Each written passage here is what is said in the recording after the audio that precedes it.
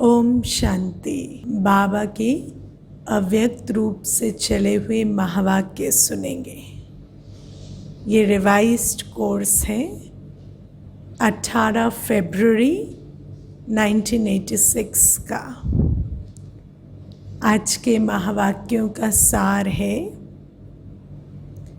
निरंतर सेवाधारी तथा निरंतर योगी बनो। अभी भी हम सेवाधारी तो हैं, लेकिन कभी कभी 2-4 घंटे के सेवाधारी, कभी कभी 2-4 घंटे के योगी हैं। बाबा आज कहते कि समय की पुकार यही है कि अब हर एक बाबा का योगी बच्चा निरंतर योगी बन जाए, सेवाधारी बच्चा निरंतर सेवाधारी बन जाए। तो बाबा कहते, आज ज्ञान सागर बाप अपनी ज्ञान गंगाओं को देख रहे हैं। ज्ञान सागर से निकली हुई ज्ञान गंगाएं कैसे और कहाँ कहाँ से पावन करते हुए इस समय सागर और गंगा का मिलन मना रही है। सब सेवा पर रहते हैं, कहाँ कहाँ से पावन करते हुए ज्ञान गंगाएं लौट आई हैं सागर के पास। ये गंगा सागर का मेला है।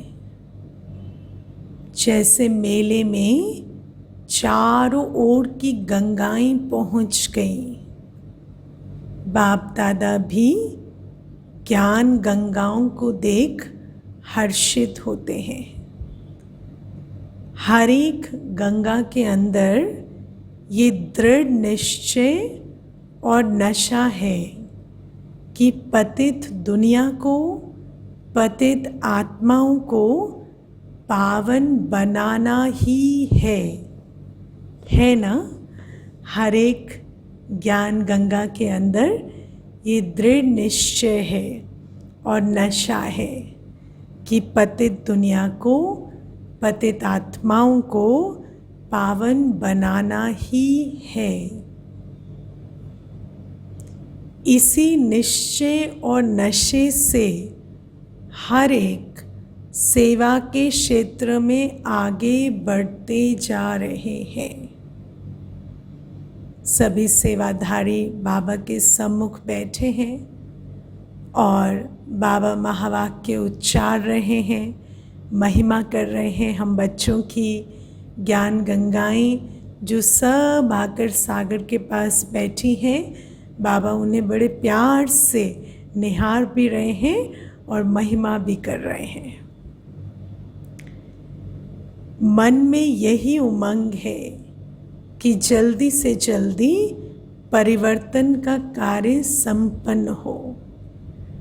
सभी ज्ञान गंगाएं ज्ञान सागर बाप समान विश्व कल्याणी, वरदानी और महादानी रहमदिल आत्माएं हैं।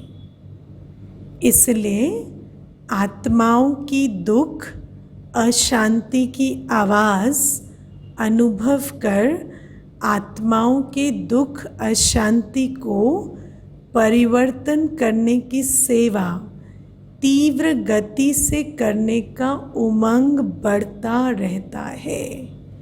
जैसे जैसे आत्माओं के दुख अशांति की आवाज़ और लाउड होती जा रही है, वो पुकार सुनकर जो रहमदिल आत्माएं हैं, बाप समान विश्व कल्याणी आत्माएं हैं, महादानी वरदानी आत्माएं हैं बच्चे, उनके अंदर भी ये उमंग आता है कि परिवर्तन की सेवा का कार्य जल्दी जल्दी करें। बढ़ता जा रहा है ना दुख, दुखियों की पुकार सभी सुन रहे हैं। तो बाबा कहते बच्चों के उमंग की भी आवाज़ बाबा के पास पहुंच रही है। दुखी आत्माओं के दिल की पुकार सुनकर रहम आता है ना, स्नेह उठता है कि सभी सुखी बन जाएं। सुख की किरणें, शांति की किरणें, शक्ति की किरणें विश्व को देने के निमित्त बने हुए हो।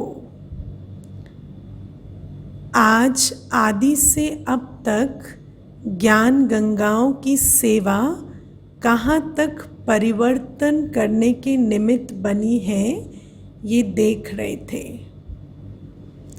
ज्ञान गंगाओं ने अब तक क्या परिवर्तन के निमित्त कार्य किया है, वो बाबा आज देख रहे हैं।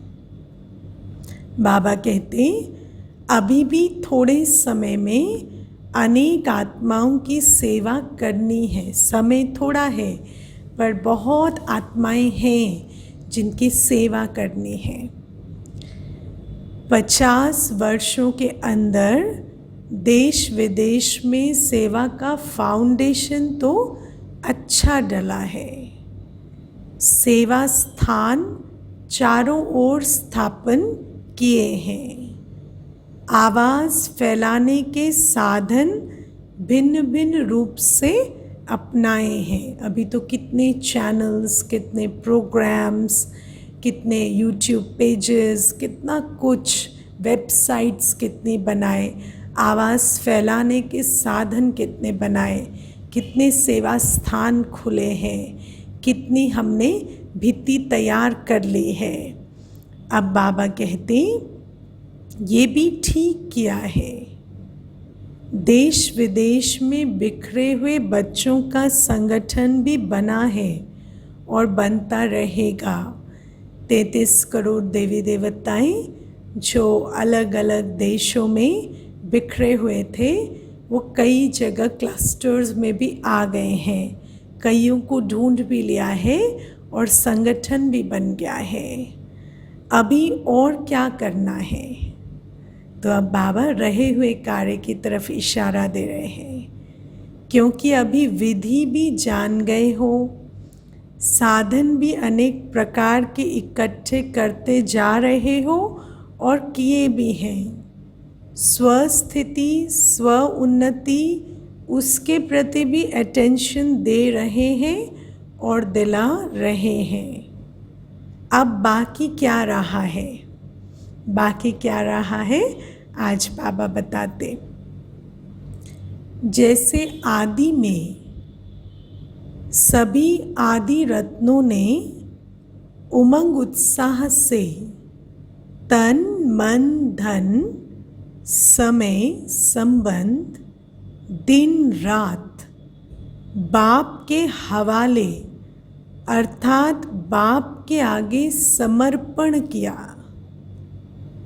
जिस समर्पण के उमंग उत्साह के फलस्वरूप सेवा में शक्तिशाली स्थिति का प्रत्यक्ष रूप देखा।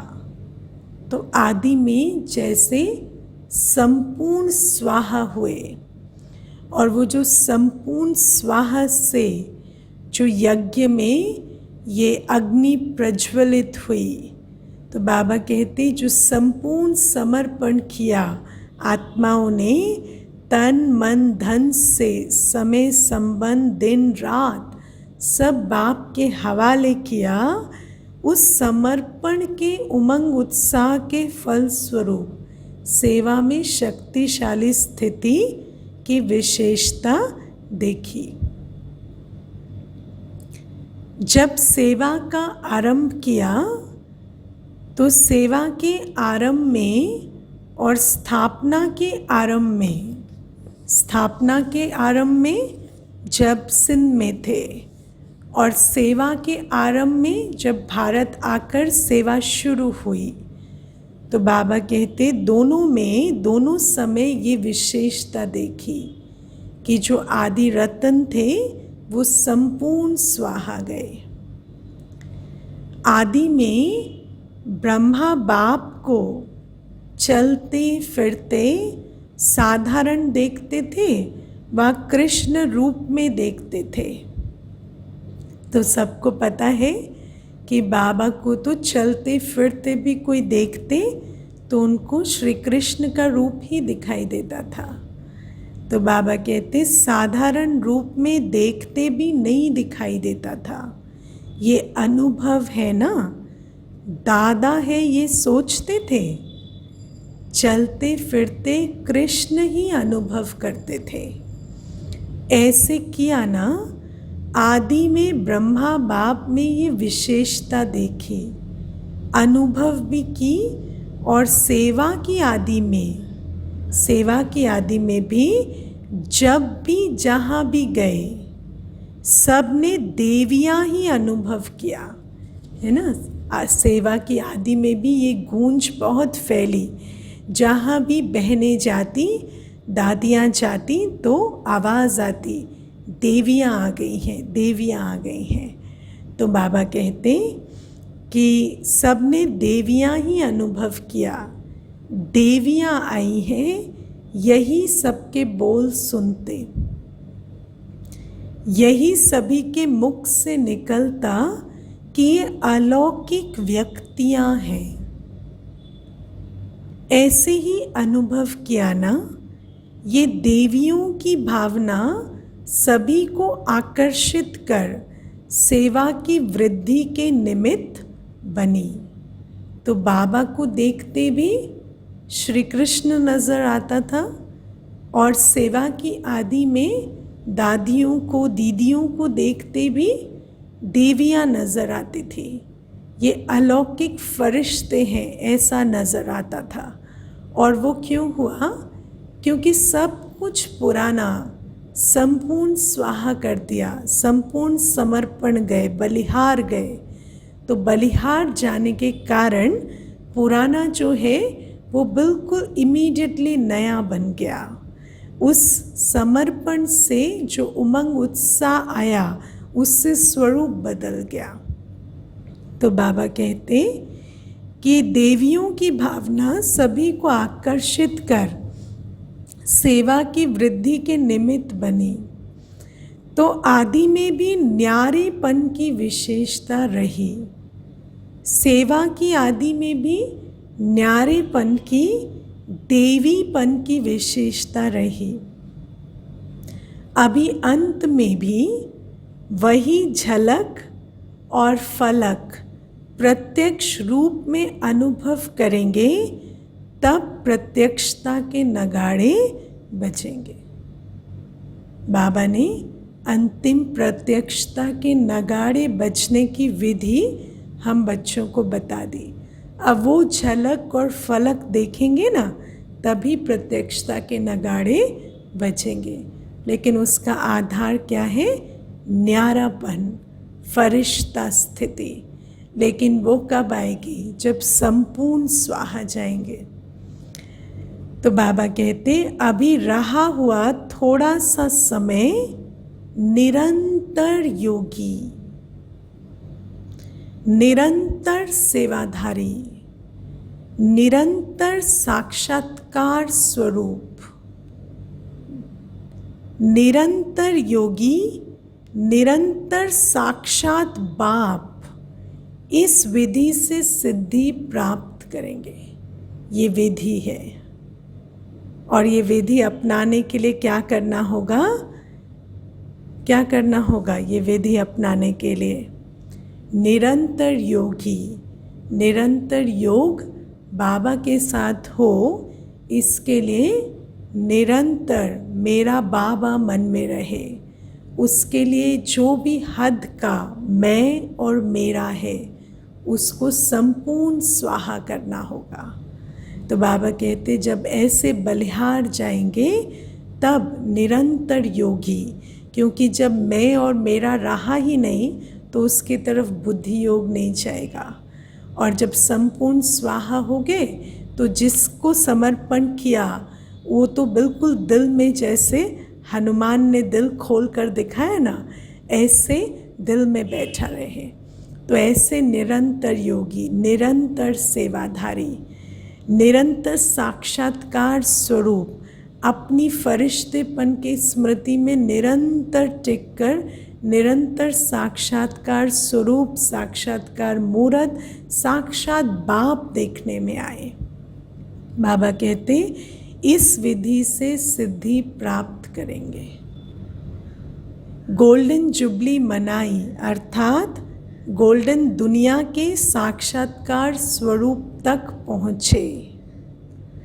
जैसे गोल्डन जुबली मनाने के दृश्य में साक्षात देवियाँ अनुभव किया है ना, क्योंकि स्टेज पर सभी बैठे तो साक्षात देवियों की तरह बैठे।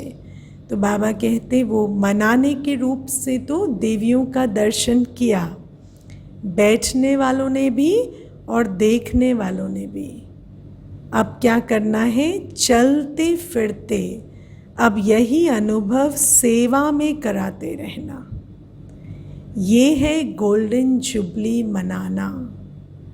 सभी ने गोल्डन जुबली मनाई या देखी है ना, क्योंकि कई जो 50 वर्ष वाले थे वो तो स्टेज पर थे और बाकी नीचे थे, तो कईयों को ऐसा लगेगा कि उन्होंने मनाई हमने देखी। बाबा कहते नहीं, सभी ने मनाई और सभी को बनना है। बाबा ने पिछली वाणी में कहा था ना, दुनिया में मनाना माना मनाना, यहाँ मनाना माना बनना। तो बाबा कहते सभी ने गोल्डन जुबली मनाई या देखी। क्या कहेंगे, आप सबकी भी गोल्डन जुबली हुई ना, या कोई की सिल्वर हुई, कोई की तांबे की हुई, सभी की गोल्डन जुबली हुई। गोल्डन जुबली मनाना अर्थात निरंतर गोल्डन स्थिति वाला बनना। अभी चलते फिरते इसी अनुभव में चलो कि मैं फरिश्ता सो देवता हूँ। इस अनुभव को अपने अंदर समा लेना है, मैं फरिश्ता सो देवता हूँ। दूसरों को भी आपके समर्थ स्मृति से आपका फरिश्ता रूप व देवी देवता रूप ही दिखाई देगा। निरंतर ये स्वमान, ये स्थिति, ये स्वरूप बन जाए, मैं फरिश्ता सो देवता हूँ। तो सबको भी यही नज़र आएंगे कि ये फरिश्ते हैं, देवता हैं। बाबा हमेशा ऐसे अनुभव करते थे कि मेरे चारों तरफ लाइट का कार्व है, मैं जैसे एक लाइट के केस में बैठा हूँ और मैं फरिश्ता हूँ। क्योंकि बाबा को अपनी संपूर्ण स्थिति का पता चला था कि वो स्थिति बहुत लाइट है, फरिश्ते जैसे है। तो बाबा सदा अपने को उसी स्वरूप में देखते थे और देखते देखते बन गए। तो बाबा वही फॉर्मूला हमें भी बताते। लेकिन बाबा ने सबसे पहले क्या किया, संपूर्ण बलिहार गए। बलिहार गए तो मैंपन मेरेपन की खींच नहीं रही, फिर स्वमान में स्थित रहना सहज हो गया। तो बाबा ऐसे ही कहते, बलिहार जाकर अपने को सदा स्थिति में स्थित कर लेना, मैं फरिश्ता सो देवता हूँ। दूसरों को भी आपके समर्थ स्मृति में आपका फरिश्ता रूप व देवी देवता रूप ही दिखाई देगा। गोल्डन जुबली मनाई अर्थात अभी समय को, संकल्प को सेवा में अर्पण कर दो। अभी ये समर्पण समारोह मनाओ। समय, एक एक सेकंड, एक एक संकल्प सेवा में समर्पण कर दो। स्व की छोटी छोटी बातों के पीछे, तन के पीछे, मन के पीछे, साधनों के पीछे, संबंध निभाने के पीछे समय और संकल्प नहीं लगाओ। सेवा में लगाना अर्थात स्व उन्नति की गिफ्ट स्वतः ही प्राप्त होना। हम समय संकल्प को तन मन संबंध है ना, साधनों सबके पीछे लगाते हैं, लेकिन उससे स्व उन्नति नहीं हो रही। न तन की स्वास्थ्य वृद्धि को पा रहा, न मन की शांति वृद्धि को पा रही है, न संबंध बेहतर बन रहे हैं, न साधन बढ़ते जा रहे हैं। क्यों? क्योंकि जितना ही हम इसको इन चीज़ों में लगाते, क्योंकि वो सब तमोप्रधान है इस समय, तो हमारे उस संकल्प और सेकंड में भी ताकत नहीं भरती। लेकिन बाबा कहते अपना समय और संकल्प जब हम सेवा में लगाएंगे तो उससे स्व उन्नति की गिफ्ट आप में ही मिल जाएगी। तन मन संबंध और साधन अपने आप वृद्धि को पाएंगे। क्यों? क्योंकि इधर सफल किया तो उधर सफलता मिलती, और उधर सफलता के लिए लगाते तो ना उधर सफलता मिलती, और फिर राइट जगह इन्वेस्ट नहीं किया तो बल भी नहीं मिलता। तो बाबा कहते कि सेवा में लगाना अर्थात स्व उन्नति की गिफ्ट स्वतः ही प्राप्त होना। अभी अपने प्रति समय लगाने का समय परिवर्तन करो।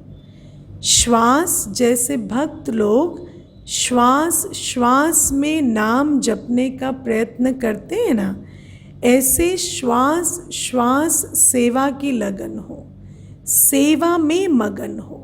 श्वास श्वास हर संकल्प और श्वास स्व के प्रति नहीं, सेवा के प्रति लगा दो। और सेवा की गिफ्ट क्या है? स्व उन्नति। विधाता बनो, वरदाता बनो, निरंतर महादानी बनो। 4 घंटे के 6 घंटे के सेवाधारी नहीं, अभी विश्व कल्याणकारी स्टेज पर हो। हर घड़ी विश्व कल्याण प्रति समर्पित करो। विश्व कल्याण में स्व कल्याण स्वतः ही समाया हुआ है। विश्व कल्याण में स्व कल्याण स्वतः ही समाया हुआ है। जब संकल्प और सेकंड सेवा में बिजी रहेंगे, फुर्सत नहीं होगी, माया को भी आपके पास आने की फुर्सत नहीं होगी। क्योंकि माया किन 2 रास्तों से आती? टाइम और थॉट। टाइम एक्स्ट्रा है तो माया आती, थॉट को अगर बिजी नहीं रखा तो माया आती। तो संकल्प और सेकंड के रास्ते से माया आती।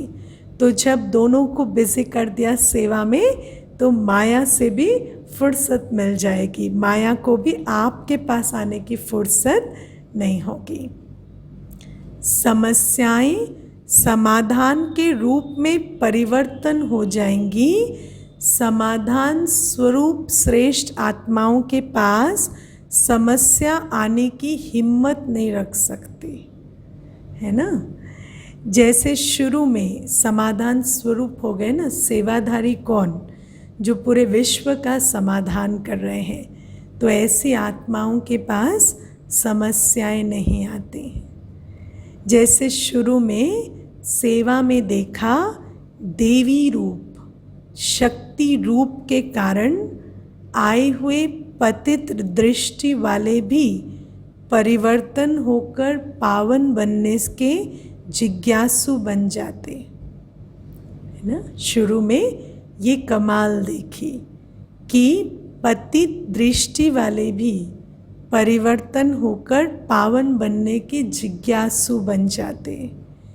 जैसे पतित परिवर्तन हो आपके सामने आए, ऐसे समस्या भी आपके सामने आते समाधान के रूप में परिवर्तित हो जाए। जब हम समाधान स्वरूप में रहेंगे तो समस्या हमारे सामने आते ही समाधान स्वरूप में परिवर्तित हो जाएगी। अभी अपने संस्कार परिवर्तन में समय नहीं लगाओ, अभी अपने संस्कारों के पीछे नहीं चलो। अभी सेवा में अपना हर संकल्प, हर सेकंड संपूर्ण स्वाहा करो। उसमें स्व परिवर्तन समाया हुआ है। बाबा कहते अभी अपने संस्कार परिवर्तन में समय नहीं लगाओ, विश्व कल्याण की श्रेष्ठ भावना से श्रेष्ठ कामना के संस्कार इमर्ज करो। इस श्रेष्ठ संस्कार परिवर्तन में समय नहीं गवाओ। इस श्रेष्ठ संस्कार के आगे हद के संस्कार स्वतः ही समाप्त हो जाएंगे। ये श्रेष्ठ संस्कार इमर्ज किया ना कि सारे विश्व के प्रति कल्याण की भावना के द्वारा कल्याण की कामना इमर्ज की, तो फिर इस संस्कार के सामने जो अपने कमज़ोर संस्कार है वो आप ही मर्ज हो जाएंगे। अब युद्ध में समय नहीं गवाओ, विजयीपन के संस्कार इमर्ज करो। दुश्मन विजयी संस्कारों के आगे स्वतः ही भस्म हो जाएगा। इसलिए कहा तन मन धन निरंतर सेवा में समर्पित करो। चाहे मनसा करो, चाहे वाचा करो, चाहे कर्मणा करो, लेकिन सेवा के सिवाय और कोई समस्याओं में नहीं चलो, क्योंकि समस्याओं के चिंतन से समस्याएं बढ़ रही हैं और समस्याओं को देखते हुए अपने कमज़ोर संस्कारों को भी बार बार स्मृति में ला रहे हैं। लेकिन यदि अपने शक्तिशाली संस्कारों को इमर्ज कर विश्व सेवाधारी की स्टेज पर स्थित हो गए, तो फिर जो कमज़ोर संस्कार है वो भी मर्ज हो जाएंगे और समाधान स्वरूप को देखकर समस्याएं भी परिवर्तन हो जाएंगी। तो बाबा कहते हैं अब शॉर्टकट अपनाओ, अब युद्ध नहीं करो। संस्कार विघन डाले, हम संस्कार को परिवर्तन करें, वो युद्ध नहीं करो। बाबा कहते दान दो, वरदान दो, तो स्व का ग्रहण स्वतः ही समाप्त हो जाएगा। कहते ना दे दान तो छूटे ग्रहण। तो दान दो, वरदान दो, उससे स्व का ग्रहण स्वतः ही समाप्त हो जाएगा। अविनाशी लंगर लगाओ, क्योंकि समय कम है और सेवा आत्माओं की, सेवा किस किस की? आत्माओं की, वायुमंडल की, प्रकृति की, भूत प्रेत आत्माओं की, सबकी करनी है। उन भटकती हुई आत्माओं को भी ठिकाना देना है। मुक्ति धाम में तो भेजेंगे ना, उन्हों को घर तो देंगे ना, तो अभी कितनी सेवा करनी है, कितनी संख्या है आत्माओं की। हर आत्मा को मुक्ति व जीवन मुक्ति देनी ही है। इसलिए अविनाशी लंगर लगाओ। अपनी स्थिति, अपना स्वरूप ऐसा हो निरंतर फरिश्ता सो देवता का कि कोई भी आए, कोई भी आत्मा, जानी अनजानी, आकारी साकारी, सबको हमसे शांति का, शक्ति का दान मिल सके। सब कुछ सेवा में लगाओ तो श्रेष्ठ मेवा खूब खाओ। मेहनत का मेवा नहीं खाओ, सेवा का मेवा मेहनत से छुड़ाने वाला है। बाप दादा ने रिजल्ट में देखा, बहुत करके जो पुरुषार्थ में अपने प्रति संस्कार परिवर्तन के प्रति समय देते हैं, है ना, अपने संस्कारों को परिवर्तन करने के पुरुषार्थ में बहुत समय देते हैं। अब बाबा कहते हैं, बाबा आज देखो एक बहुत अच्छी रिजल्ट सुना रहे हैं। चाहे 50 वर्ष हो गए हैं, चाहे 1 मास हुआ है, लेकिन आदि से अब तक परिवर्तन करने का संस्कार मूल रूप में वही होता है। माना जो संस्कार पहले दिन परिवर्तन करने की चेष्टा में थे, 50 वर्ष के बाद भी वही है। चाहे कोई 1 मास का है, चाहे 50 वर्ष का है, परिवर्तन करने वाला संस्कार वही रहता है। क्यों? क्योंकि जो विधि है उससे सिद्धि नहीं ले रहे। विधि क्या है कि निरंतर सेवाधारी बन जाओ, निरंतर योगी बन जाओ, तो अपने संस्कार आपे ही परिवर्तन हो जाएंगे। लेकिन सेवा में टाइम नहीं देते, तन मन धन सब कुछ स्व के प्रति लगाते हैं, समय संकल्प सब कुछ स्व के प्रति लगाते हैं और सोचते हैं कि अपना परिवर्तन हो जाए। लेकिन बाबा कहते देने में लेना समाया है, विश्व परिवर्तन में स्व परिवर्तन समाया है। हम वो विधि नहीं अपनाते, तो चाहे 50 वर्ष से भी अपने संस्कार पर खिटखिट करते रहते, लेकिन वो संस्कार बदलता नहीं है, क्योंकि राइट विधि से राइट सिद्धि मिलेगी। तो बाबा कहते एक ही संस्कार मूल रूप में होता है, वही मूल संस्कार भिन्न भिन्न रूप में समस्या बनकर आता है। मानो दृष्टांत के रूप में किसका बुद्धि के अभिमान का संस्कार है ना, किसी का घृणा भाव का संस्कार है, व किसी का दिल शिकस्त होने का संस्कार है। संस्कार वही आदि से अब तक भिन्न भिन्न समय पर इमर्ज होता रहता है, चाहे 50 वर्ष लगा है, चाहे 1 वर्ष लगा है। इस कारण उस मूल संस्कार को जो समय प्रति समय भिन्न भिन्न रूप में समस्या बन करके आता है, उसमें समय भी बहुत लगाया है, शक्ति भी बहुत लगाई है। अब क्या करना है? अब शक्तिशाली संस्कार, वो कमज़ोर संस्कार को परिवर्तन करने में शक्ति नहीं लगानी। अब शक्तिशाली संस्कार दाता विधाता वरदाता का इमर्ज करो, तो ये महासंस्कार कमज़ोर संस्कार को स्वतः समाप्त कर देगा, है ना। अपने को दाता हूँ, विधाता हूँ, वरदाता हूँ, मास्टर विश्व कल्याणकारी आत्मा हूँ, इस सीट पर सेट कर हर दृष्टि वृत्ति बोल कर्म सबको परिवर्तन कर दो। विश्व कल्याणकारी अपने प्रति कितना तन मन धन लगाएंगे और विश्व कल्याण के प्रति कितना लगाएंगे। जो विश्व कल्याणकारी है उनके संकल्प और टाइम कितना स्व प्रति लगेगा और कितना विश्व कल्याण प्रति लगेगा, वो देखना है। तो जब अपने को सम्मान की सीट पर सेट करेंगे कि मैं विश्व कल्याणकारी आत्मा हूँ, मैं दाता विधाता वरदाता मूर्त हूँ, तो ऐसी मूर्त से फिर सीरत और संकल्प वृत्ति दृष्टि कृति सब बदलती जाती, और जब वो बदलते जो उससे बल आता, उससे अपनी कमज़ोरियाँ आप ही समाप्त हो जाती। तो आज बाबा हमें विधि बताते हैं संस्कार परिवर्तन की।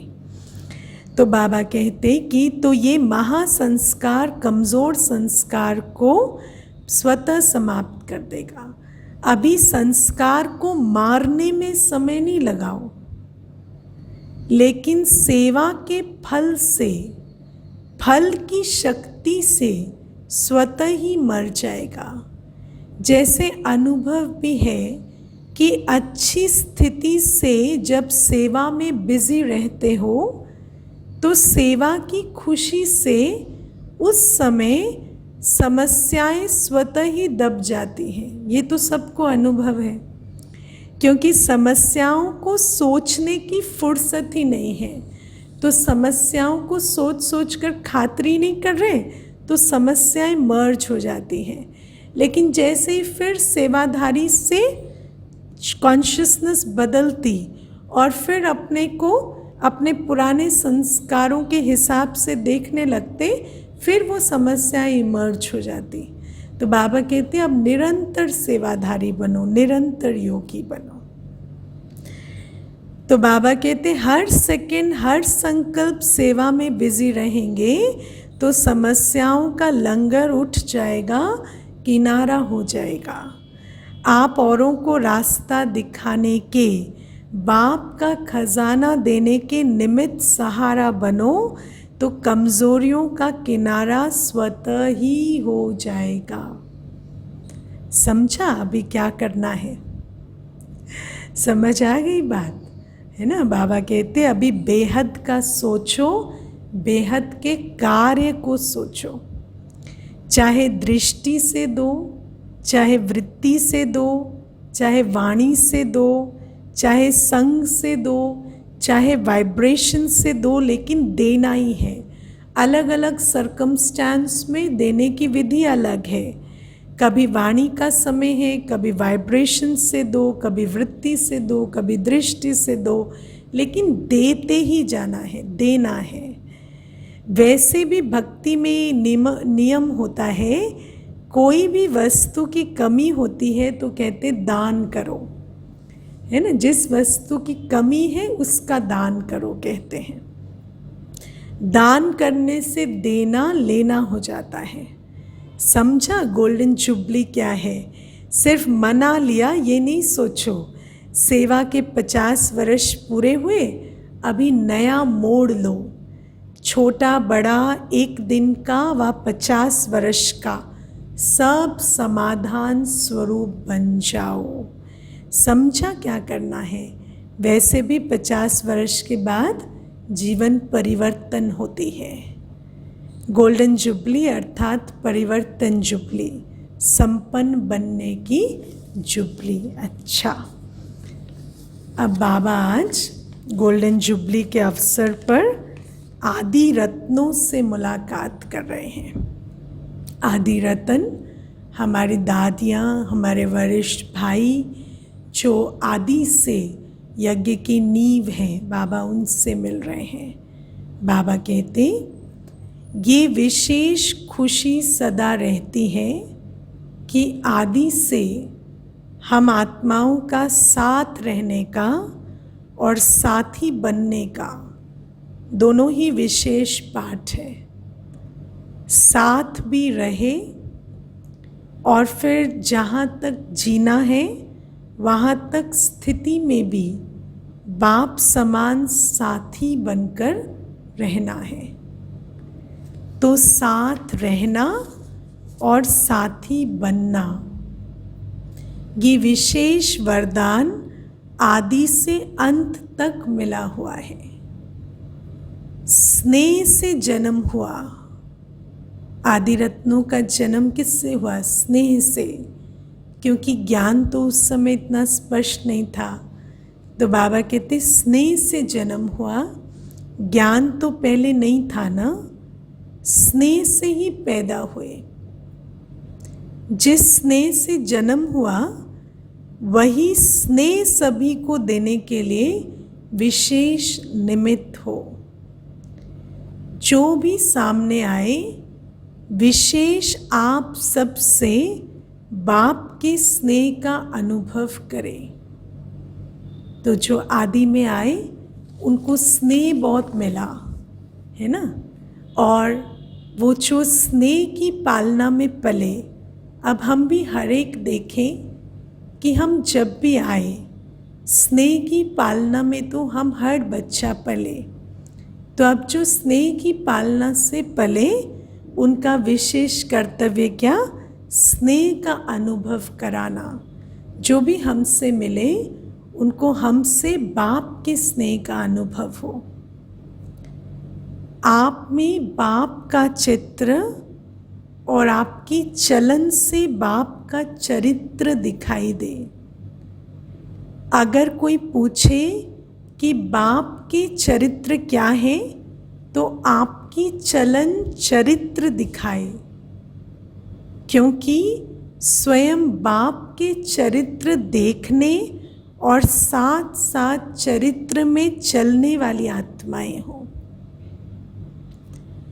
चरित्र जो भी हुए वो अकेले बाप के चरित्र नहीं है।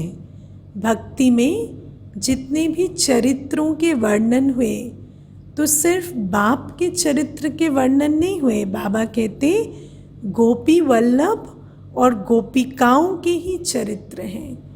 तो गोपी वल्लभ बाप के साथ गोपिकाओं के भी चरित्र चरितार्थ हुए, क्योंकि जिन्होंने वो चरित्र देखे वो चरित्रवान बने, तो उनके भी चरित्र गाए गए।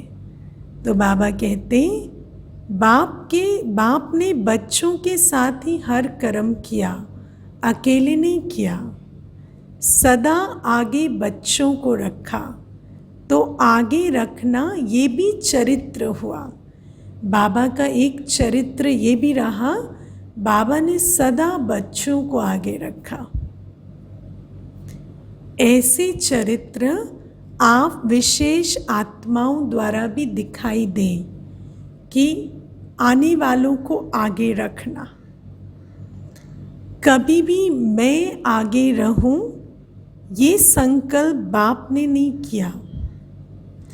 इस संकल्प में सदा त्यागी रहे और इसी त्याग के फल में सभी को आगे रखा।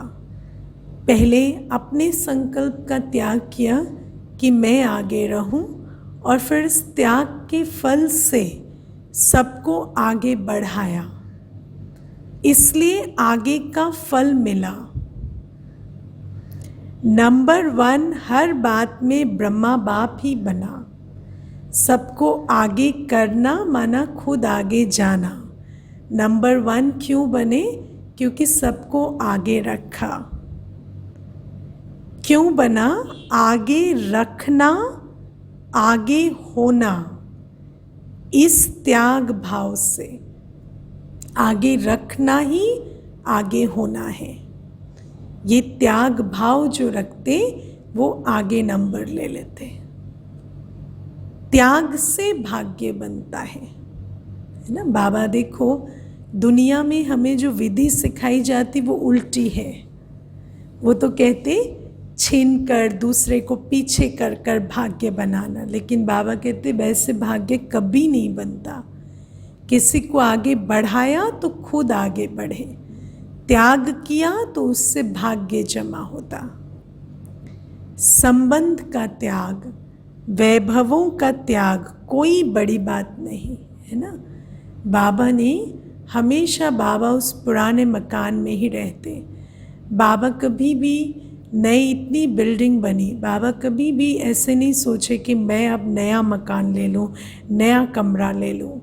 तो बाबा अपने उसी पुरानी कुटिया में रहते। तो बाबा कहते कि कब संबंध का त्याग भी, वैभवों का त्याग भी, और मैं आगे रहूं इसका भी त्याग किया। तो बाबा कहते लेकिन हर कार्य में, संकल्प में भी औरों को आगे रखने की भावना, यही है बड़े होने की निशानी। ये त्याग श्रेष्ठ त्याग रहा। इसको कहा जाता है स्वयं के भान को मिटा देना, मैंपन को मिटा देना। तो डायरेक्ट पालना लेने वालों में विशेष शक्तियां हैं, क्योंकि वो चरित्र बाबा के साथ देखे हैं, तो वो चरित्र अपने चरित्रों में समा गए हैं। तो वो विशेष शक्तियां हैं, वो अनुभव का बल है। बाबा के उस स्वरूप को, उस कर्तव्य को देखने का सौभाग्य मिला है। तो वो जो चरित्र बाबा के देखे, वो अनुभव के रूप में, शक्ति के रूप में समाये हुए हैं। तो बाबा कहते डायरेक्ट पालना लेने वालों में शक्तियां हैं। डायरेक्ट पालना की शक्तियां कम नहीं हैं। वही पालना अभी औरों को की पालना में प्रत्यक्ष करते चलो। वैसे विशेषताएं तो बहुत हैं, लेकिन अभी आप विशेष आत्माओं को दान भी विशेष करना है ना। बाबा कहते वैसे तो आदि रत्नों में आदि रत्न भी विशेषताओं की खान है, लेकिन अब कुछ ये विशेषताएं जो हैं उन पर बाबा अंडरलाइन करा रहे हैं। ज्ञान दान तो सब करते हैं, लेकिन आपको अपनी विशेषताओं का दान करना है। बाप की विशेषताएं सो आपकी विशेषताएं, तो उन विशेषताओं का दान करो। जो विशेषताओं के महादानी हैं वो सदा के लिए महान रहते हैं। चाहे पूज्यपन में चाहे पुजारीपन में, सारा कल्प तक ऐसा महादानी महान रहता है। पूज्यपन में भी और पुजारीपन में भी कौन महान बनेंगे? जो विशेषताओं के दान में महादानी बनेंगे। और आज बाबा ने कौन सी विशेषताएं कही? दूसरे को आगे बढ़ाना, संकल्प में भी मैं आगे रहूं उसका त्याग, है ना, वैभवों का त्याग, संबंधों का त्याग, ये त्याग करने वाले, ये जो महादान करने वाले, ये महान बनते। तो बाबा कहते अच्छा, आप बाबा कहते कि जैसे ब्रह्मा बाप को देखा अंत में भी कलयुगी दुनिया के हिसाब में भी महान रहा ना। ब्रह्मा बाबा का 84वां जन्म भी कैसा था? कोई साधारण तो नहीं था, कलयुगी दुनिया के हिसाब से महान व्यक्ति थे। चरित्र में भी, साधनों में भी, संबंधों में भी। क्यों? क्योंकि ये जो चरित्रों का दान दिया, साधनों का त्याग किया, संबंधों का त्याग किया, उससे सारे कल्प में महिमा की, साधनों की और संबंधों की गुणवत्ता, उसकी शक्ति रही। तो बाबा कहते तो आदि से अंत तक ऐसा महादानी महान रहता है। अच्छा, आपको देखकर सब खुश हुए तो खुशी भी बांटी ना, है ना। दादियों को देखकर, भाइयों को देखकर सभी खुश होते हैं। बहुत अच्छा मनाया, सबको खुश किया और खुश हुए। बाप दादा विशेष आत्माओं के विशेष कार्य पर हर्षित होते हैं। स्नेह की माला तो तैयार है ना, पुरुषार्थ की माला, संपूर्ण होने की माला, वो तो समय प्रति समय प्रत्यक्ष हो रही है। बाकी स्नेह में तो सभी नंबर 1 है। जितना जो फरिश्ता संपूर्ण अनुभव होता है, वो समझो मन का माला में पिरोता जाता है।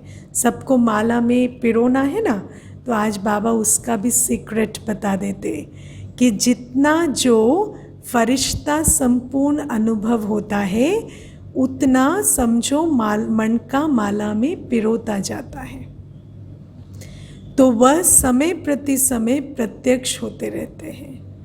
लेकिन स्नेह की माला तो पक्की है ना। स्नेह की माला के मोती सदा ही अमर हैं, अविनाशी है। बाकी सब ऊपर नीचे होता है, पर स्नेह की माला में तो सभी एक रस रहते हैं। स्नेह में तो सभी पास मार्क्स लेने वाले हैं। बाकी समाधान स्वरूप की माला तैयार होनी है, क्योंकि कभी कभी समस्या स्वरूप भी बन जाते हैं। संपूर्ण अर्थात समाधान स्वरूप।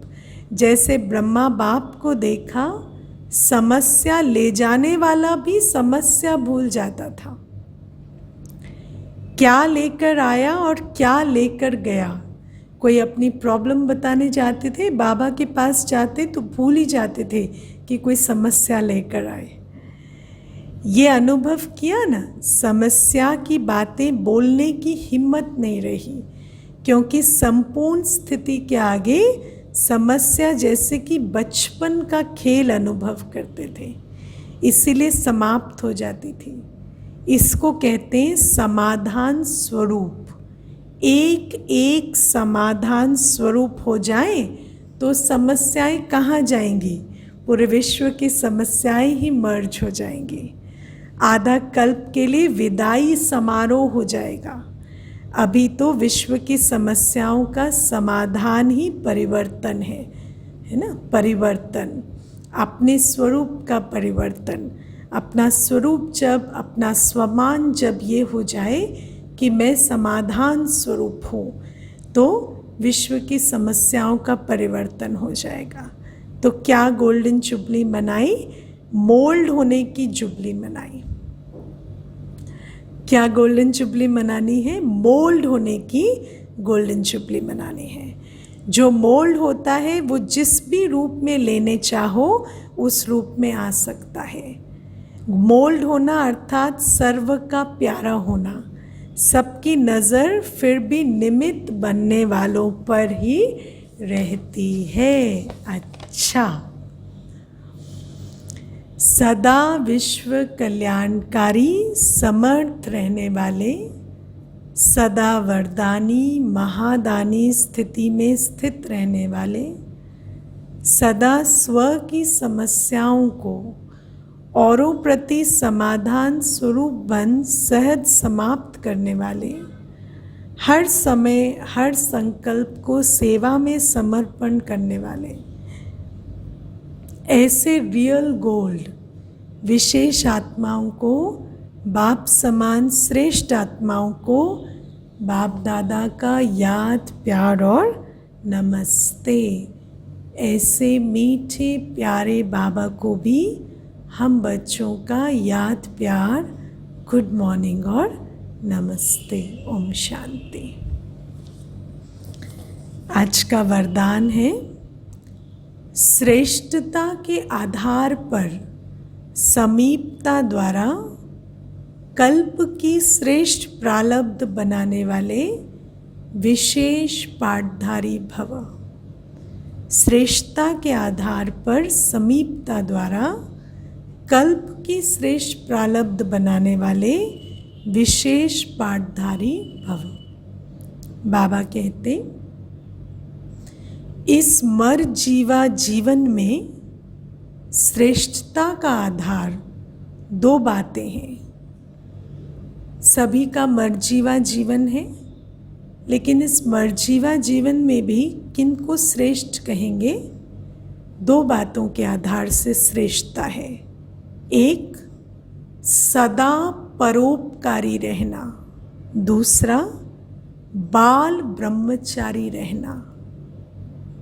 जब से बाबा के बने तब से संपूर्ण पवित्रता की धारणा की और हर संकल्प परोपकार का रहा।